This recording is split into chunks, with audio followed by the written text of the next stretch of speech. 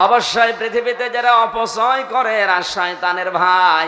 কোরআন পড়ে আপনি কোন জায়গায় শয়তানের ভাই এই কাজ করলে কথা পাবেন না। শুধু একটাই কথা, যারা অপচয় করে তাদেরকে আল্লাহ শয়তানের ভাই বলে আখ্যা দিয়েছেন। আল্লাহ শুধু বলেই শেষ করেননি, কাজেও দেখিয়েছেন যে আমি আল্লাহ নিজেও অপচয় করি না।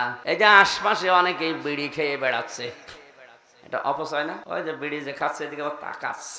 প্রায় 22,000 কোটি টাকা শুধু মানুষ ধোয়া দিয়ে এক বছরে উড়িয়ে দিচ্ছে এই বাংলাদেশে। এমনি গরিব দেশ, ধার দেনা করে পদ্মা সেতু, টানেল, কত কিছু আমরা বানাচ্ছি। টাকা নেই বলে তো ধার করা খরচ করা লাগছে। কথা বলেন ঠিক কিনা? আর সেই দেশের মানুষ যদি এত টাকা ফো দিয়ে আগুন দিয়ে উড়িয়ে দেয়, তো এ দেশ ডিজিটাল থেকে স্মার্ট হবে। তাহলে স্বপ্নই দেখে যাবেন, কিয়ামতের আগে হবে না। এই জন্য আমাদের ডিজিটাল থেকে স্মার্ট হওয়ার জন্য অপচয় বন্ধ করা লাগবে।